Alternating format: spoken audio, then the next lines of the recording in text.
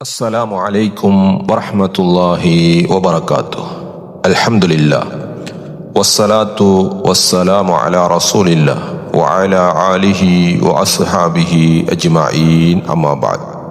அன்பிற்குரியவர்களே, தாய்மார்களே, சகோதரர்களே, இன்றைய தினம் ரசூல் ஸல்லல்லாஹு அலைஹி வஸல்லம் அவர்களுடைய ஒரு ஹதீஸை உங்களுக்கு தெரியப்படுத்தலாம் என விரும்புகிறேன்.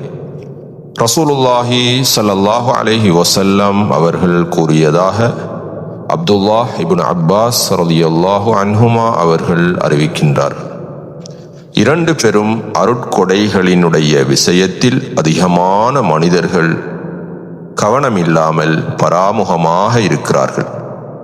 முதலாவதாக அவர்களுக்கு கிடைத்திருக்கக்கூடிய உடல் ஆரோக்கியம், இரண்டாவதாக அவர்களுக்கு கிடைக்கக்கூடிய ஓய்வு நேரங்கள் என அல்லாஹ்வின் தூதர் ஸல்லல்லாஹு அலைஹி வஸல்லம் அவர்கள் கூறினார்கள்.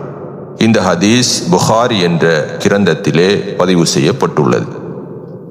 எனவே அன்பிற்குரியவர்களே, நமக்கு கிடைத்திருக்கக்கூடிய உடல் ஆரோக்கியத்தையும் நமக்கு கிடைக்கக்கூடிய ஓய்வு நேரங்களையும் நல்ல முறையில் அல்லாஹுவுக்கு பொருத்தமாக, ரசூலுக்கு பொருத்தமாக நல்ல விடயங்களை மேற்கொள்வதன் மூலமாக நம்மளுடைய அந்த உடல் ஆரோக்கியத்தையும் ஓய்வு நேரத்தையும் பயன்படுத்தி அல்லாஹுவினுடைய அன்பையும் அருளையும் பெறக்கூடியவர்களாக நானும் நீங்களும் மாறுவதற்கு முயற்சி செய்வோமாக.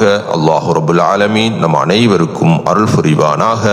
வ ஆகிரு தஅவானா அனில் ஹம்துலில்லாஹி ரப்பில் ஆலமீன். வஸ்ஸலாமு அலைக்கும் வரஹ்மத்துல்லாஹி வபரகாத்துஹு.